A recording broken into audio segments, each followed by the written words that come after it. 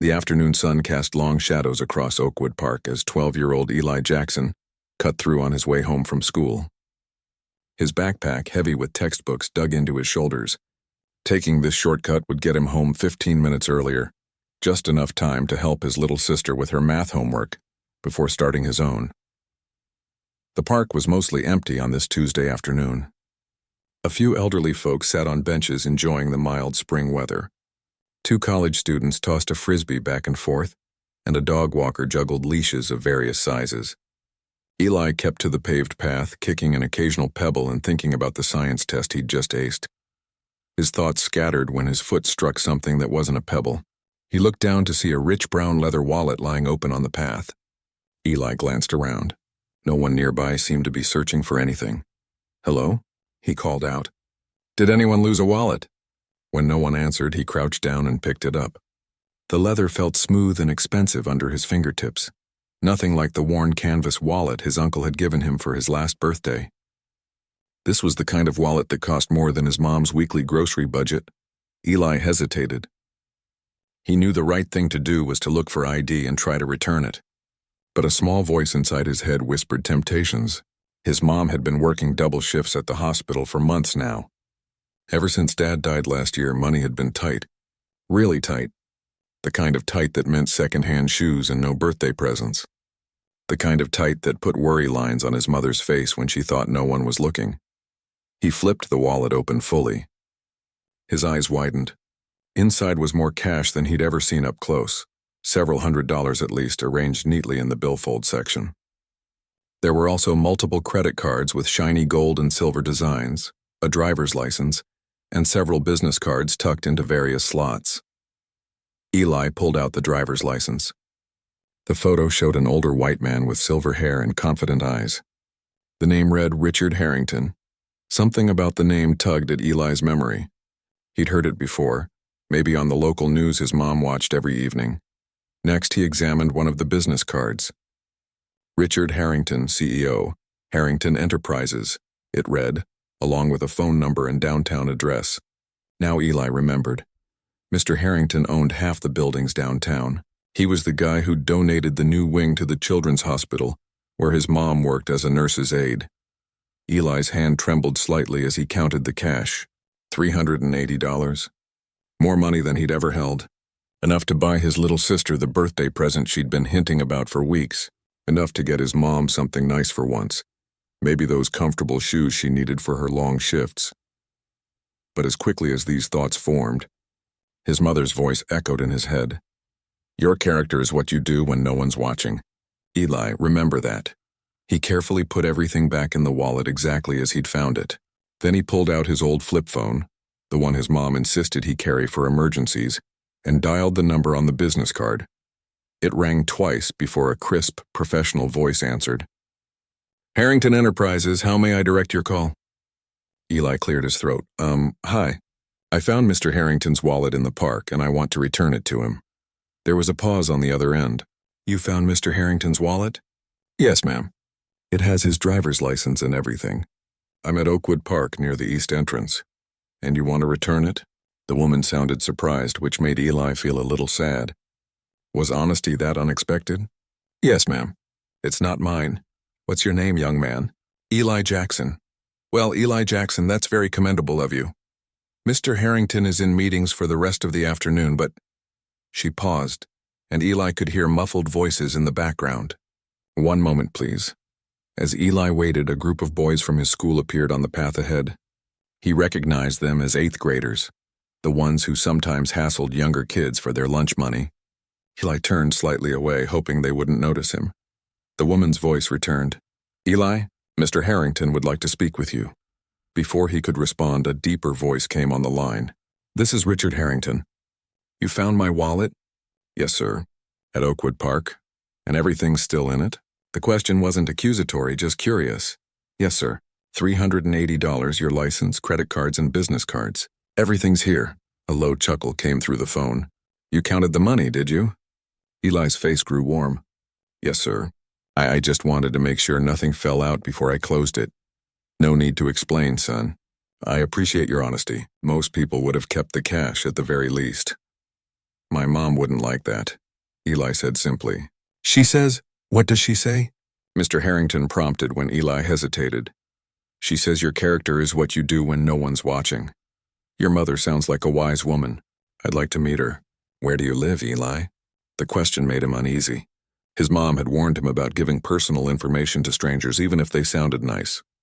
I don't think I should say, sir, but I can bring your wallet to your office if that's okay. Another chuckle. Smart boy. Yes, that would be fine. Do you know where Harrington Tower is downtown? The really tall glass one by the library. That's the one. Can you come by today? I'd like to thank you properly. Eli thought about his after-school schedule. He needed to help his sister, start his homework, and get dinner ready before his mom got home at 7. I can come at 5:30 if that's not too late. I need to check with my mom first, though. 5:30 is perfect. Ask for me at the security desk in the lobby. And Eli? Yes, sir. Thank you. Not many people would do what you're doing. After they hung up, Eli carefully tucked the wallet into the innermost pocket of his backpack and zipped it closed. The group of older boys had moved on without noticing him, much to his relief. He hurried home, his mind racing with thoughts of what the inside of Harrington Tower might look like. He'd only ever seen it from outside, its glass exterior reflecting clouds and sky like a massive mirror. People who worked there wore fancy suits and shiny shoes. Would they look at him funny in his worn jeans and hand-me-down jacket? The apartment was empty when he arrived. His 9-year-old sister, Tiana, was at her after-school program until 4. Eli set his backpack on the kitchen table, carefully removed the wallet, and placed it beside his homework folder. Then he called his mom at work. Jackson speaking, she answered, her voice tired but professional. Hi, Mom, it's me. Everything okay, baby? You know, I can't talk long. During my shift, Eli explained about finding the wallet and his phone call with Mr. Harrington. He could hear the pride in his mother's voice when she responded. You did exactly the right thing. Eli, I'm proud of you. Can I take it to him? His office is downtown. His mother was quiet for a moment. I don't like the idea of you going downtown alone, especially with all that money. But Mom, I promised. And it's right by the library. I've been there before. That's different. That's during daylight on a weekend. It'll be getting dark by 5:30. She sighed.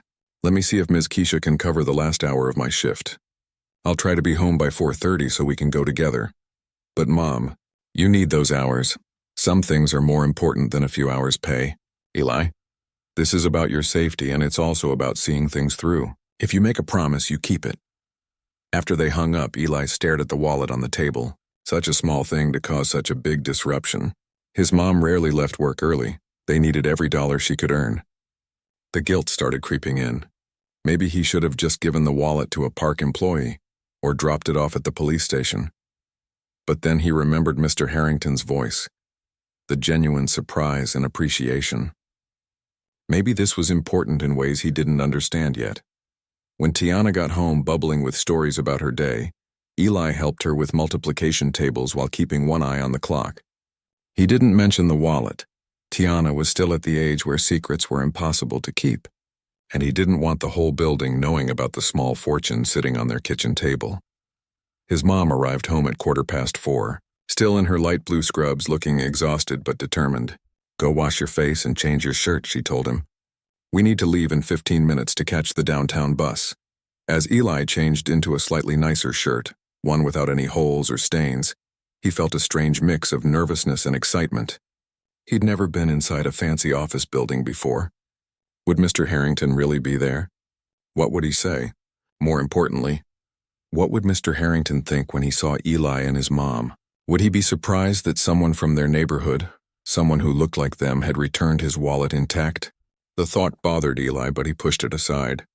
He'd done the right thing. That's what mattered. When they were ready to leave, his mom carefully inspected the wallet to make sure everything was still in place.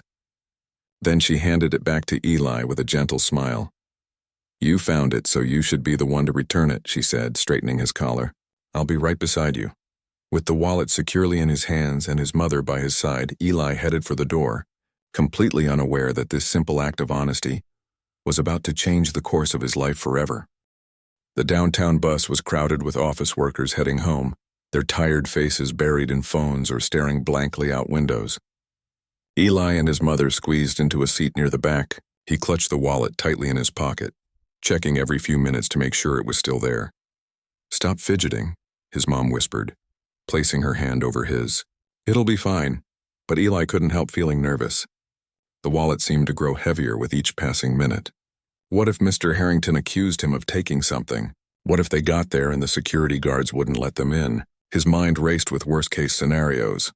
"What's the richest building you've ever been in?" he asked his mom, trying to distract himself. She thought for a moment. "Probably that fancy hospital in the city where I did my training. Everything was marble and glass. Even the bathrooms had fresh flowers." "Do you think Harrington Tower is like that?" "I imagine it's even fancier." She squeezed his hand. "But remember, fancy buildings are just buildings. The people inside them put their pants on one leg at a time, just like we do."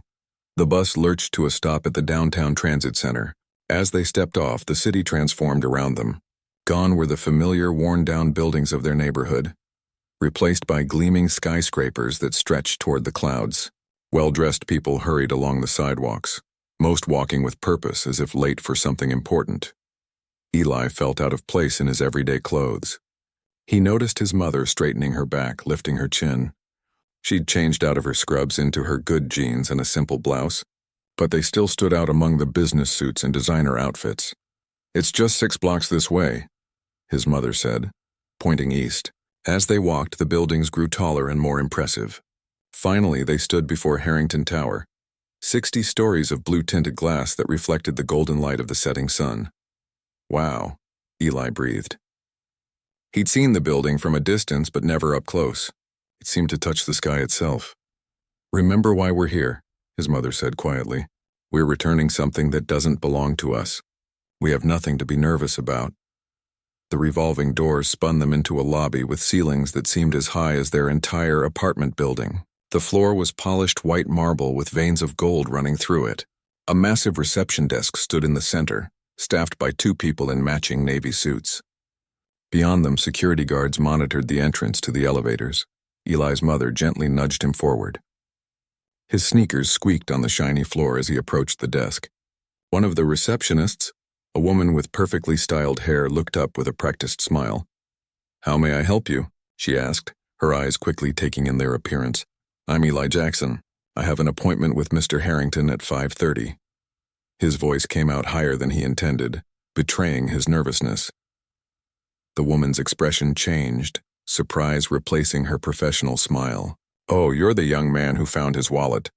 "Yes, Mr. Harrington mentioned you'd be coming." She picked up her phone and spoke quietly into it. While they waited, Eli noticed a security guard watching them with suspicion. He shifted uncomfortably from one foot to the other. His mother placed a steady hand on his shoulder. "Mr. Harrington will see you now," the receptionist said, hanging up the phone. "Lawrence will escort you to the executive floor." She gestured to a tall man in a dark suit who had appeared beside the security desk. "Please follow me," Lawrence said, his voice deep and formal. He led them to a separate bank of elevators behind a velvet rope, which he unhooked to let them through. "These are the executive elevators," he explained, pressing a small keycard against a sensor. "They go directly to the top floors." Inside the elevator, Eli marveled at the wood-paneled walls and the absence of buttons. Lawrence simply said, "Executive suite," and the elevator began to rise smoothly. Eli's stomach dropped at the swift ascent. Through a glass panel on one side, they could see the city falling away beneath them, buildings shrinking, cars becoming tiny dots on the streets below. "First time in a high-rise?" Lawrence asked, noticing Eli's wide-eyed expression. "Yes, sir," Eli answered, trying not to press his nose against the glass like a little kid. "The view gets better the higher you go," Lawrence said with a small smile, the first crack in his professional demeanor. When the elevator doors opened, they stepped into a hallway that felt more like a fancy hotel than an office. The carpet was thick enough that Eli couldn't hear his own footsteps. Original paintings hung on walls covered in what looked like actual silk. Through glass doors, he glimpsed spacious offices with leather furniture and spectacular views. Lawrence led them to a large wooden door with "Richard Harrington, Chief Executive Officer," etched into a brass plate. He knocked once, then opened it without waiting for a response. "Mr. Jackson and his mother to see you." "Sir?" he announced, stepping aside to let them enter. The office was enormous, bigger than their entire apartment. Floor-to-ceiling windows offered a panoramic view of the city, now twinkling with early evening lights. A massive desk made of some rich dark wood dominated one end of the room. Behind it stood an older white man with silver hair and keen blue eyes, the same face Eli had seen on the driver's license. Ah, the honest young man, Mr. Harrington exclaimed, coming around his desk with his hand extended. Thank you for bringing my wallet back. You've saved me hours of canceling credit cards and getting a new license. Eli shook the man's hand, surprised by the firm grip. You're welcome, sir, he said, reaching into his pocket and carefully extracting the wallet. It's all there, just like I found it. Mr. Harrington accepted the wallet with a nod of thanks, then turned to Eli's mother. And you must be the wise woman who taught this young man about character. She smiled, extending her hand. Denise Jackson. It's a pleasure to meet you, Mr. Harrington. Please, both of you, sit down, he said, gesturing to a seating area with leather couches arranged around a glass coffee table. Can I offer you something to drink? Water, soda, coffee? Water would be fine, thank you. Eli's mother answered for both of them. Mr. Harrington pressed a button on his desk. Alicia, could you bring in some refreshments? And cancel my 6 o'clock. I'll call Jenkins in the morning instead. Eli sat carefully on the edge of the couch, afraid to sink too deeply into the soft leather. His mother sat beside him, her posture perfect, her hands folded in her lap. Mr. Harrington took a seat across from them, opening his wallet to inspect its contents. $380. All my cards, even my coffee shop punch card, he said, looking up with a smile. Most people wouldn't have been so thorough. It wasn't ours to take, Eli's mother said simply. A refreshing perspective. Mr. Harrington leaned forward, studying Eli with interest. Tell me about yourself, young man. What grade are you in? 7th grade, sir. At Douglas Middle School. And how do you like it there? Eli hesitated, glancing at his mother. It's okay. The science teacher, Mr. Chen, is really good. Mr. Harrington seemed to sense his hesitation. Just okay? Not challenging enough? Or perhaps too challenging in other ways? Before Eli could answer, a young woman entered with a tray holding a pitcher of water, glasses, and a plate of small cookies. She set it down on the coffee table and quietly left. Help yourselves, Mr. Harrington said, pouring water for each of them. Eli took a small sip, then carefully set his glass on a coaster. The classes are fine. It's just some of the other stuff. Bullying? Mr. Harrington asked bluntly. Eli's mother straightened. There have been some incidents. We're working with the school administration. Without much success, I imagine, Mr. Harrington said with a knowing look. Douglas has been underfunded for years. Too many students, not enough resources. He turned back to Eli. What subjects do you enjoy most? Science and math, Eli answered, warming to the topic. I like figuring out how things work. Last month I built a model solar system for the science fair that showed all the planets' orbits to scale. He won first place, his mother added, a hint of pride in her voice. Did you now? Mr. Harrington's eyebrows rose. That's impressive. Do you know what you want to be when you grow up, Eli? An engineer, I think. I want to design things that help people. Mr. Harrington nodded thoughtfully, then reached into his pocket and pulled out a checkbook. I'd like to give you a reward for returning my wallet. Oh, that's not necessary, Eli's mother began, but Mr. Harrington held up his hand. I insist. Honesty should be rewarded, especially in a world where it's become increasingly rare. He began writing a check. Eli and his mother exchanged uncomfortable glances. This wasn't why they'd come. Sir, Eli said, gathering his courage, I appreciate the offer, but I don't want a reward for doing what anyone should do. Mr. Harrington's pen paused mid-signature. He looked up, studying Eli's face. You know, most people would jump at the chance for easy money. It wouldn't feel right, Eli said simply. My mom always says that your character is what you do when no one is watching. Mr. Harrington finished with a smile. Yes, you mentioned that on the phone. He set down his pen and tore the check in half. I respect your decision, though it's not one I encounter often. He leaned back in his seat, regarding them both with newfound interest. If not money, perhaps there's something else I can do to express my gratitude. Do you have a business card, Ms. Jackson? I'm afraid not, she replied. I work as a nurse's aide at Memorial Hospital. We don't typically have business cards. Memorial? The one with the new children's wing? Yes, the Harrington Children's Pavilion, actually. Your donation made a huge difference for our pediatric patients. Mr. Harrington smiled. It's always nice to hear the impact of those projects. He pulled out his own business card and wrote something on the back. This is my personal number. If either of you ever need anything at all, please don't hesitate to call. Eli's mother accepted the card with a polite nod, though Eli could tell she had no intention of ever using it. Now, Mr. Harrington said, standing, let me arrange for my driver to take you home. It's getting dark and I wouldn't feel right sending you back on public transportation at this hour. That's really not necessary, his mother began. I insist, Mr. Harrington said firmly. Consider it a courtesy, not a reward. A few minutes later, they found themselves in the back of a sleek black town car with butter-soft leather seats and tinted windows. The driver, a man named Wilson, asked for their address in a polite, professional tone. As the car pulled away from Harrington Tower, Eli's mother examined the business card in her hand, turning it over thoughtfully. Do you think we'll ever call him? Eli asked quietly. She smiled and tucked the card into her purse. Probably not. But it was nice of him to offer. She put her arm around Eli's shoulders. I'm proud of you, you know. For finding that wallet, for returning it, and especially for refusing the reward. Eli leaned against his mother, watching the city lights blur past the window. He felt a quiet satisfaction warming his chest. He'd done the right thing, and that was its own reward. What he didn't know, what neither of them could possibly guess, was that this was not the last they would see of Richard Harrington or his fancy cars. In fact, it was just the beginning. The next day crawled by at a snail's pace. Eli found himself unable to focus in class, his mind repeatedly drifting back to the gleaming tower, the massive office, and the man who owned it all. During lunch, his best friend Darnell noticed his distraction. Earth to Eli, Darnell said, waving a hand in front of his face. You've been zoning out all day. What's up? Eli hesitated. He hadn't told anyone about finding the wallet or visiting Harrington Tower. It felt almost like a dream, something too strange and wonderful to have actually happened. Just tired, he lied. Stayed up too late doing homework. Darnell rolled his eyes. Only you would lose sleep over algebra.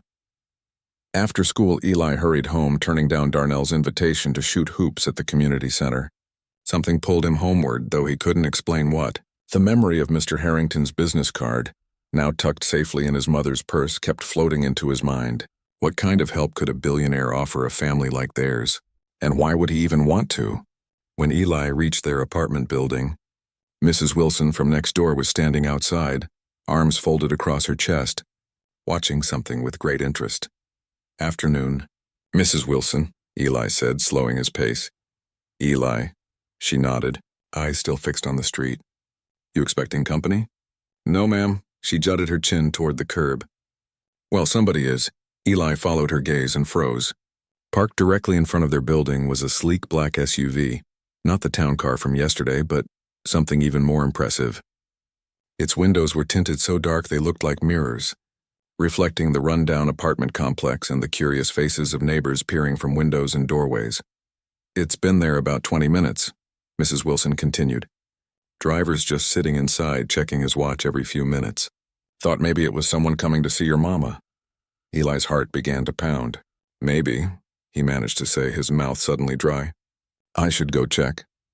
He walked toward the building entrance, trying to appear casual while hyper-aware of the SUV's presence. As he reached the front steps, the driver's door opened, and a tall man in a dark suit stepped out. Eli recognized him instantly. Lawrence, the man who had escorted them to Mr. Harrington's office yesterday. Mr. Jackson, Lawrence called, his deep voice carrying across the small courtyard. A moment of your time, please. Mrs. Wilson's eyebrows shot up to her hairline. Several other neighbors who had been pretending not to watch now stared openly. Eli felt his face grow hot under the attention. Hello, sir, he said, walking back toward the SUV. Is everything okay? Perfectly fine, Lawrence assured him with a small smile. Mr. Harrington sent me to speak with you and your mother. Is she home? She's still at work until 7. Lawrence nodded, consulting his watch. I see. Would it be acceptable for me to wait? Mr. Harrington was quite specific that I speak with both of you. Eli hesitated. His mother had strict rules about not bringing strangers into the apartment, especially when he was home alone. But Lawrence wasn't exactly a stranger, was he? You can wait in the community room downstairs, Eli offered. I need to pick up my sister from after-school program anyway. We should all be home by 5. That would be fine, Lawrence agreed. I'll bring the materials Mr. Harrington wanted me to show you. Materials? Eli's curiosity deepened. I'll be back soon, he promised, then hurried off toward his sister's school, his mind buzzing with questions.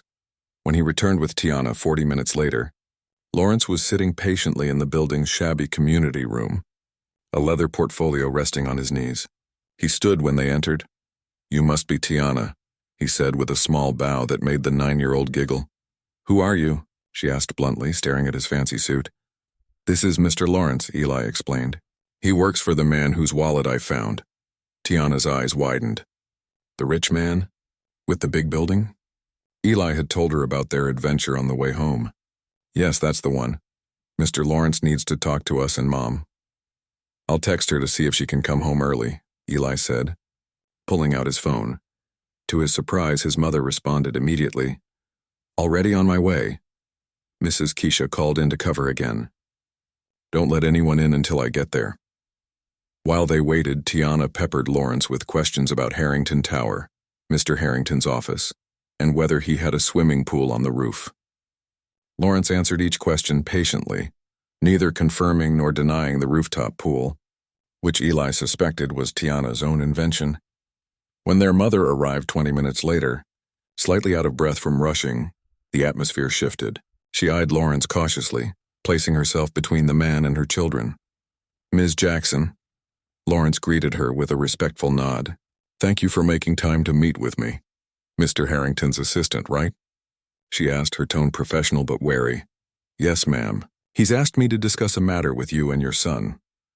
Lawrence gestured to the portfolio he carried. Perhaps somewhere more private? Their mother considered for a moment, then nodded. We can talk in our apartment. Eli, take Tiana upstairs and start on homework. I'll bring Mr. Lawrence up in a minute. Eli wanted to protest. This clearly involved him, but the look in his mother's eyes left no room for argument. He took Tiana's hand and headed upstairs, glancing back once to see his mother speaking quietly but intensely with Lawrence. In their apartment, Eli helped Tiana with her spelling worksheet while straining to hear the front door. When it finally opened 10 minutes later, he jumped to his feet. His mother entered first, her expression unreadable. Lawrence followed, ducking slightly to clear the doorframe. He looked even more out of place in their small living room than he had in the community room, like a basketball player trying to fit into a compact car. Tiana, keep working on your spelling, their mother instructed. Eli, please join us at the table. Their kitchen table doubled as a desk, dining area, and general workspace. Their mother cleared away breakfast dishes and a pile of mail, gesturing for Lawrence to sit. He did so carefully, as if afraid the chair might collapse under him. Mr. Lawrence has a proposal from Mr. Harrington, she said, her voice carefully neutral. Lawrence opened his portfolio and removed several documents. As your mother mentioned, Mr. Harrington has sent me with an offer. Before I explain it, he wanted me to assure you that this is not charity. He was quite emphatic about that point. Eli exchanged a confused glance with his mother. Mr. Harrington was deeply impressed by your character, Eli. Lawrence continued. After you left yesterday, he made some inquiries about you. He contacted your school and spoke with your principal and several teachers. He did what? Eli's mother interrupted, her voice sharp. Lawrence held up a placating hand. I understand your concern, Ms. Jackson. Please know that Mr. Harrington was careful to explain that you had done nothing wrong. Quite the opposite. He simply wanted to learn more about the young man who had shown such integrity. And what did he learn? She asked, still looking suspicious. That Eli is an exceptional student, particularly in math and science. That he helps younger students with their work. That despite some difficulties with certain classmates, he has never been in trouble. Lawrence turned to Eli. He also learned that you scored in the top percentile on last year's standardized tests, despite attending an underfunded school with limited resources. Eli felt his face grow warm. He hadn't known his test scores were that good. Which brings me to Mr. Harrington's offer. Lawrence slid a glossy brochure across the table. On the cover was a photo of a beautiful campus with ivy-covered brick buildings and manicured lawns. This is Westridge Academy, one of the finest college preparatory schools in the state. Eli's mother picked up the brochure, her expression guarded. What does this have to do with us? Mr. Harrington sits on the board of trustees. He's also an alumnus and major donor. Lawrence placed another document on the table, this one with the school's crest at the top. He would like to sponsor Eli for admission, with a full scholarship covering tuition, books, uniforms, and transportation. The kitchen fell silent. Eli stared at the brochure in his mother's hands, unable to process what he was hearing. Westridge costs over $30,000 a year, his mother finally said. Why would Mr. Harrington offer this to a boy he just met? Because he recognizes potential, Lawrence replied simply.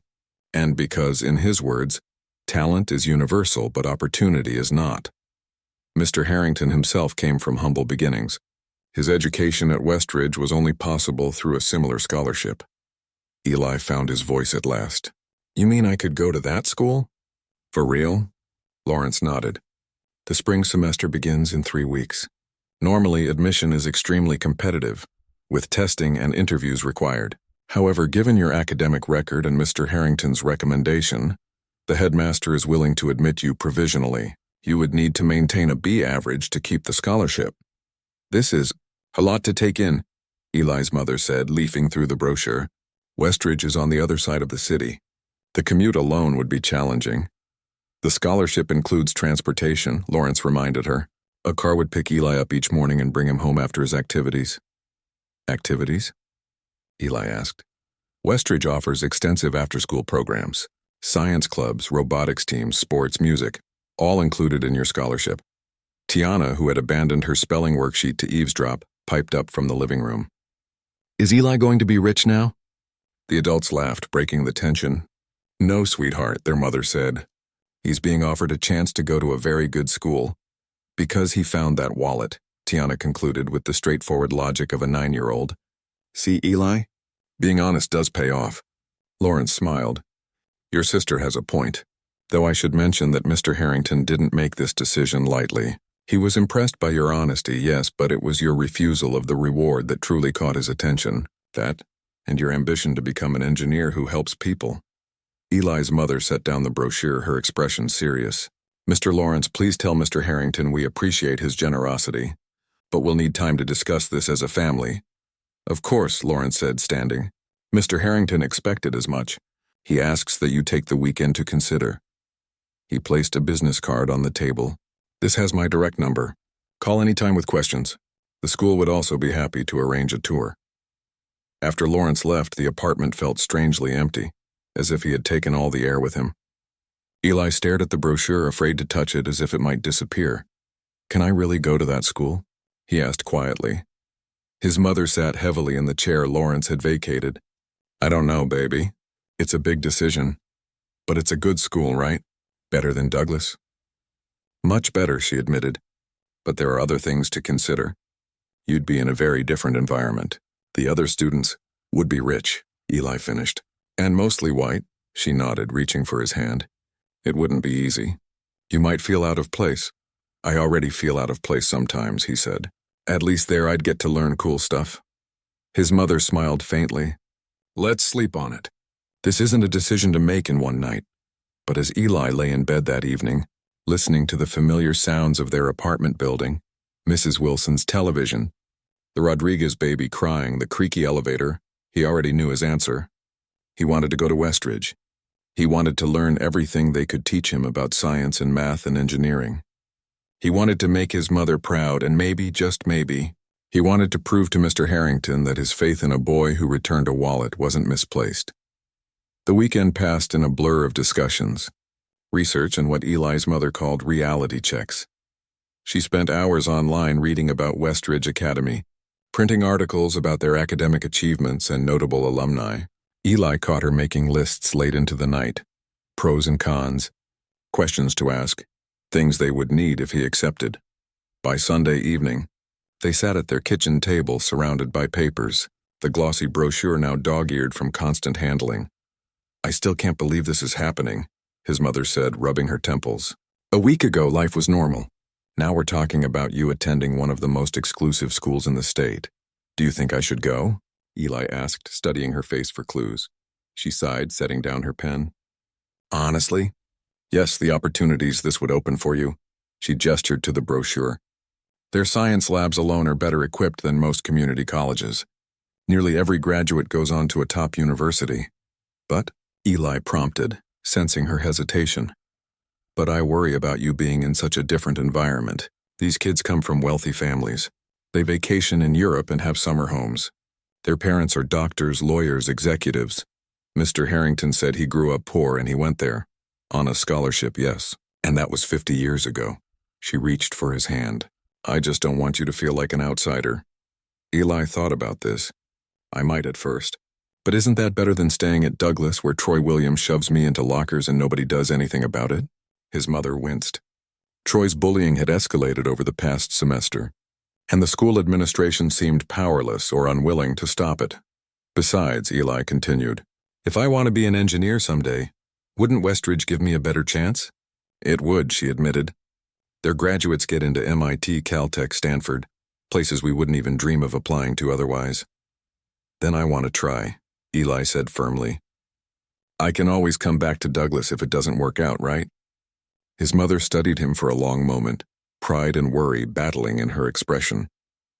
When did you get so grown up? She asked softly. Monday morning, she called the number Lawrence had left. By that afternoon, they had an appointment to tour Westridge Academy the next day. Lawrence himself would pick them up at 9. Do I need to dress up? Eli asked as they prepared dinner. Wear the outfit we got for Aunt Vivian's wedding, his mother suggested. The navy slacks and white button-down. Tiana looked up from her homework. Can I come too? Their mother hesitated. I was going to ask Mrs. Wilson to watch you, but I want to see the fancy school. Please? It's a school day, Tiana, so? Eli's missing school for this. Why can't I?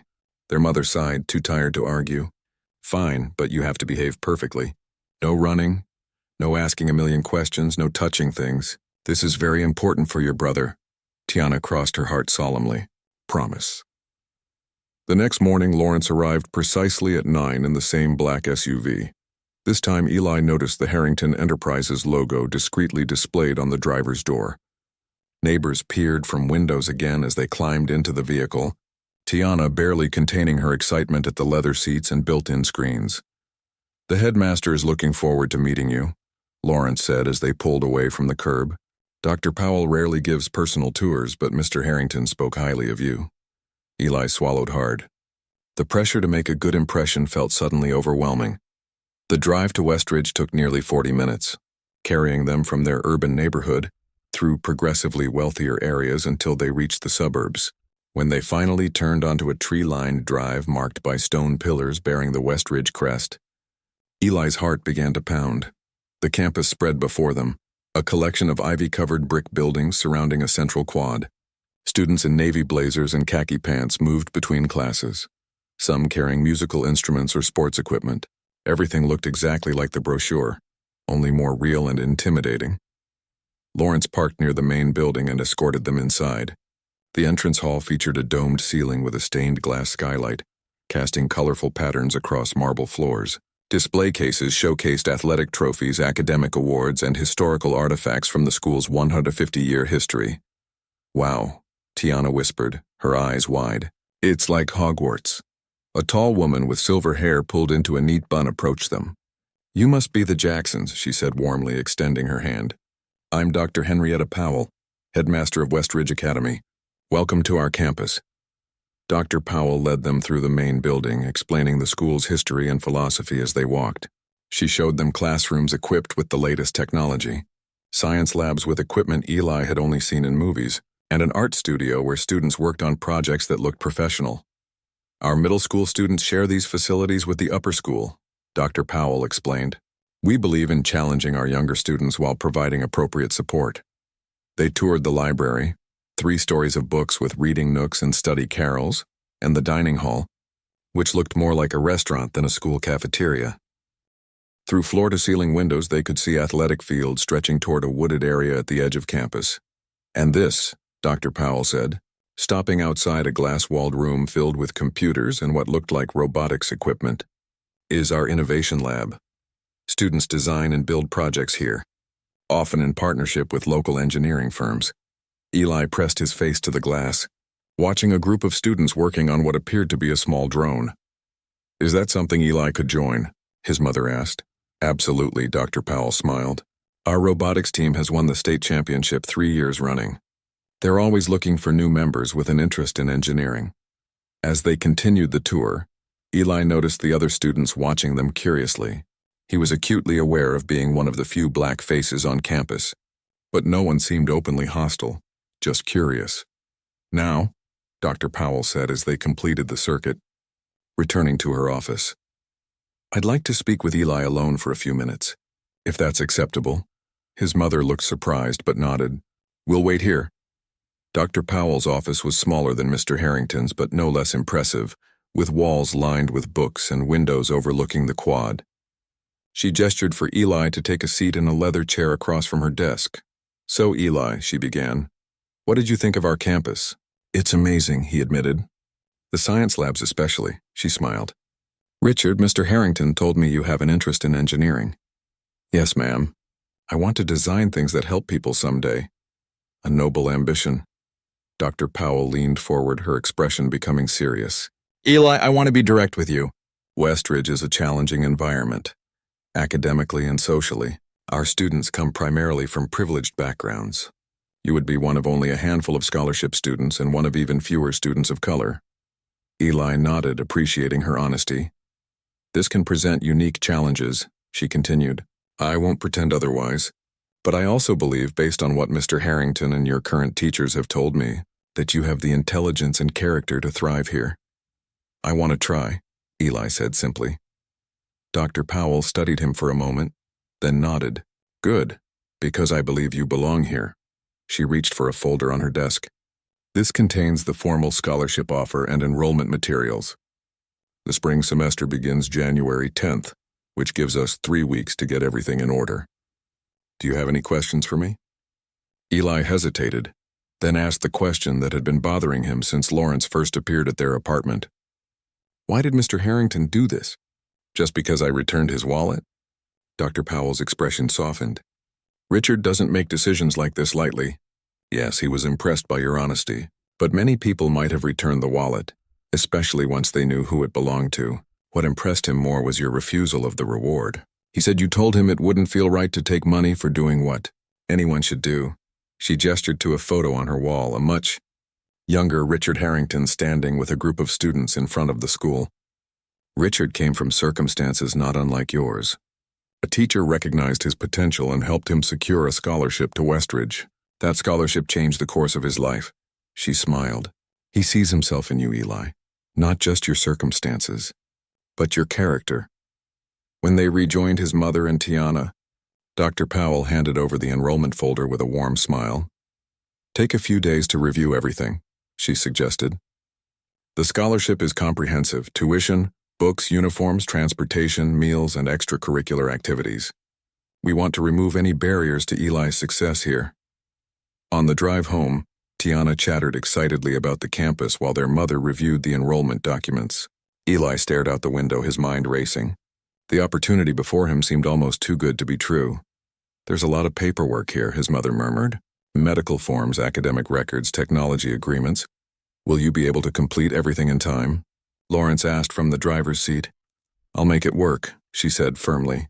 "If Eli wants this, we're going to make it happen." "I do want it," Eli said quietly. "I want to learn everything they can teach me." His mother reached across the seat to squeeze his hand. "Then that's what we'll do." That evening, after Tiana was asleep, Eli found his mother at the kitchen table again, methodically filling out forms by the light of their single overhead lamp. "Need any help?" he offered. She looked up with a tired smile. "You could get me some more coffee." Eli filled her mug and sat beside her. "Are you okay with this, really?" She set down her pen and turned to face him. "I'm nervous for you. It won't be easy. Some of those kids might not be kind. The workload will be much harder than what you're used to. You'll be moving between 2 very different worlds every day. But this is the opportunity of a lifetime. And if anyone can handle it, you can." She touched his cheek. "You have more strength than you know, Eli. More wisdom, too." "I got that from you," he said. She laughed softly. "Maybe. Or maybe it's just who you are." She picked up her pen again. "Now go get some sleep." We have a lot to do before January 10th. As Eli lay in bed that night, he thought about the path that had brought him here. One small decision to pick up a wallet instead of walking past had somehow changed everything. He'd only done what felt right in the moment, what his mother had taught him to do. He never could have imagined where that simple choice would lead. 3 weeks from now, he would walk through the doors of Westridge Academy as a student. The thought was terrifying and exhilarating in equal measure. He would need to work harder than he'd ever worked, adapt to an environment unlike anything he'd known before.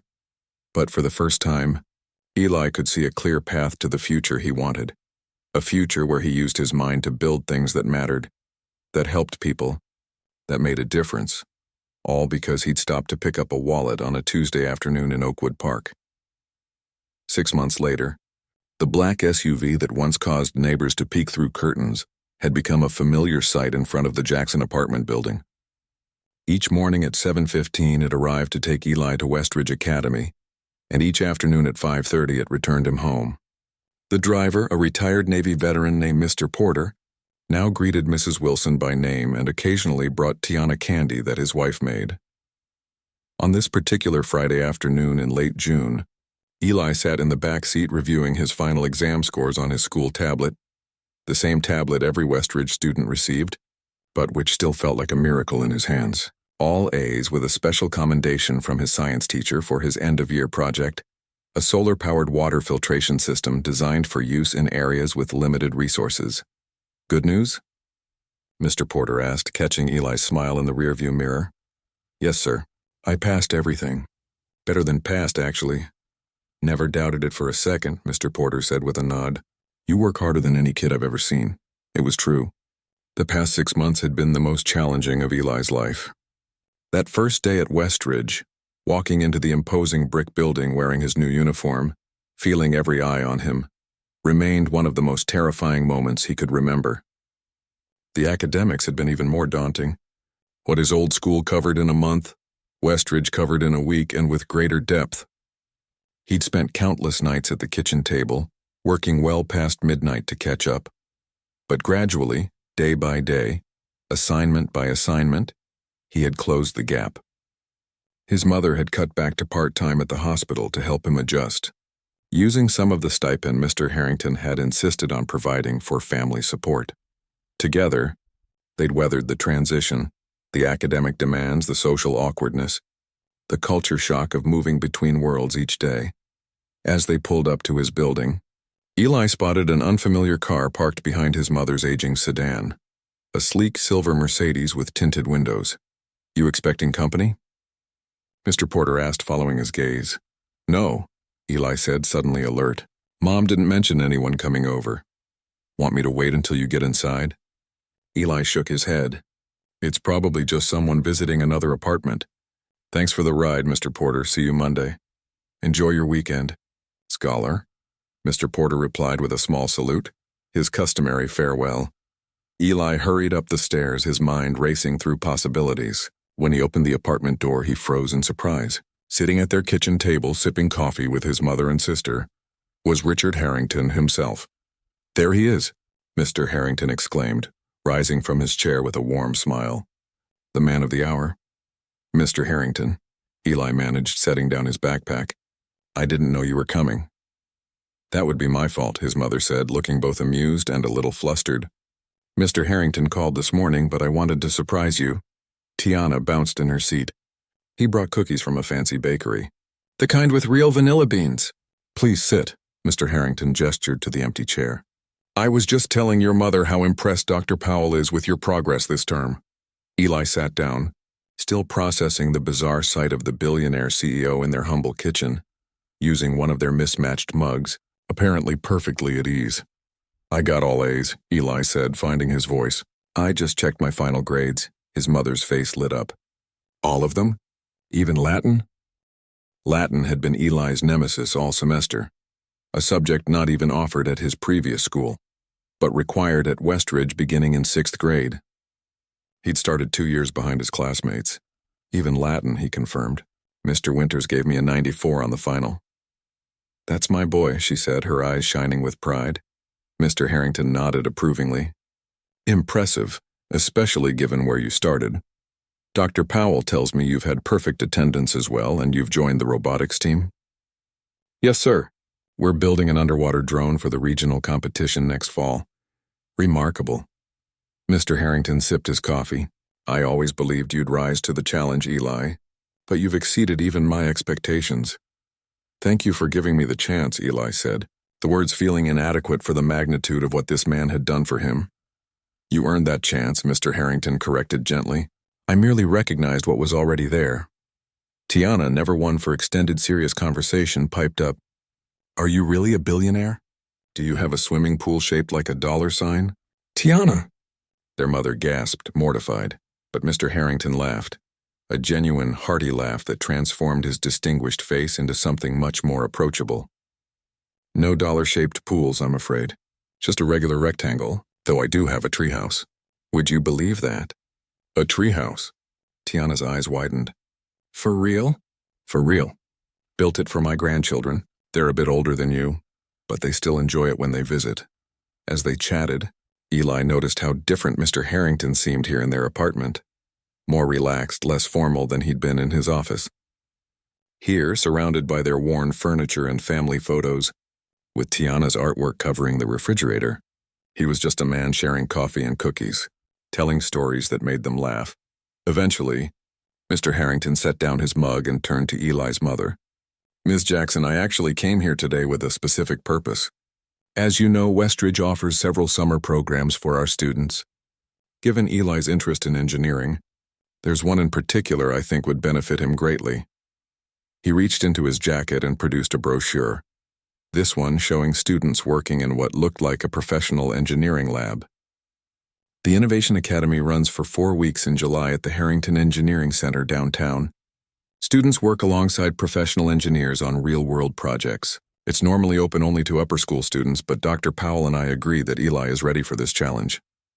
Eli leaned forward, trying to read the brochure upside down. We'd get to work on actual engineering projects? Not just theoretical exercises, Mr. Harrington confirmed. Last year's students designed solar panels for a school in Kenya and irrigation systems for urban gardens right here in the city. The program is rigorous, 8 hours a day, 5 days a week, but the experience is invaluable.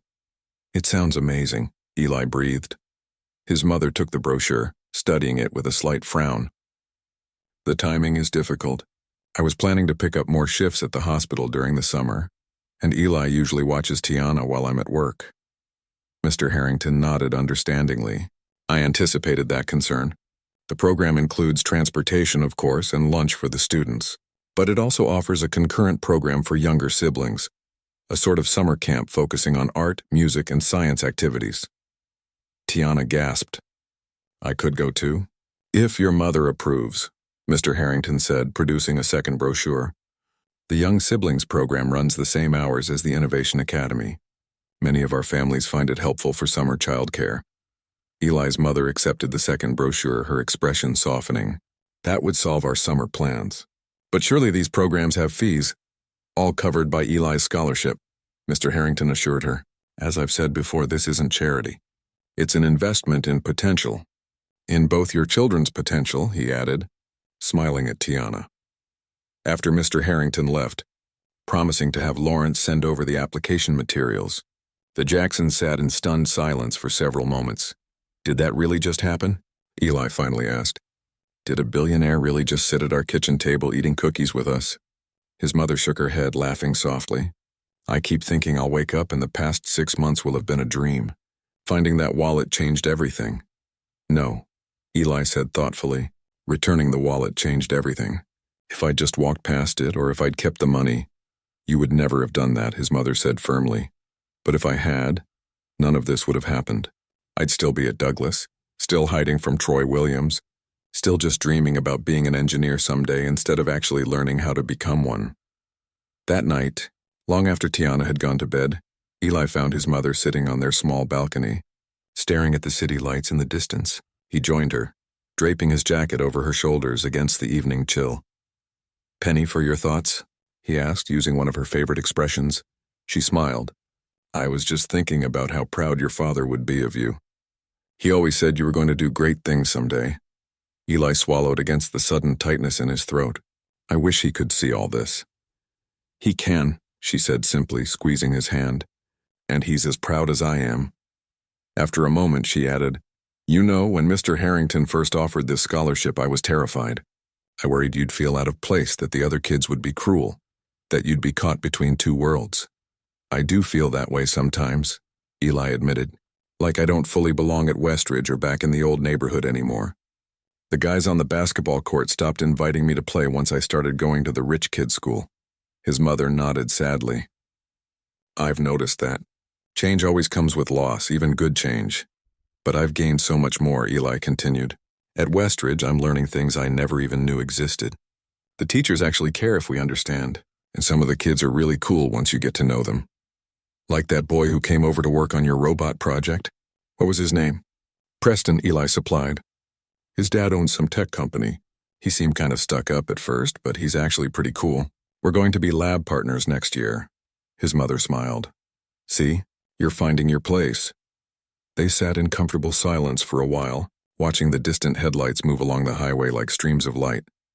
Mom, Eli said finally, do you think Mr. Harrington does this a lot? Finds kids like me and gives them scholarships? I asked him that today actually while you were at school. She turned to look at him. He said he supported various scholarship programs over the years, but this, what he's doing for you, is different. He said sometimes a person comes along who reminds you of who you once were, of the help you received when you needed it most. Those are the moments when you have a chance to complete the circle. Eli considered this. So by helping me, he's repaying someone who helped him? Something like that. He called it a legacy of opportunity. She brushed a hand over his close-cropped hair. And someday, when you're a successful engineer, you'll have the chance to do the same for someone else. Eli nodded, the idea settling comfortably in his mind. He imagined himself years from now, perhaps sitting in an office like Mr. Harrington's, perhaps hearing about some kid who'd done the right thing when no one was watching. I will, he promised, both to his mother and to himself. I'll remember where I came from, and I'll help someone else the way Mr. Harrington helped me. Above them, the stars emerged one by one in the darkening sky, distant, but clear and bright like possibilities, like futures waiting to be claimed. And for the first time, Eli felt certain he could reach them.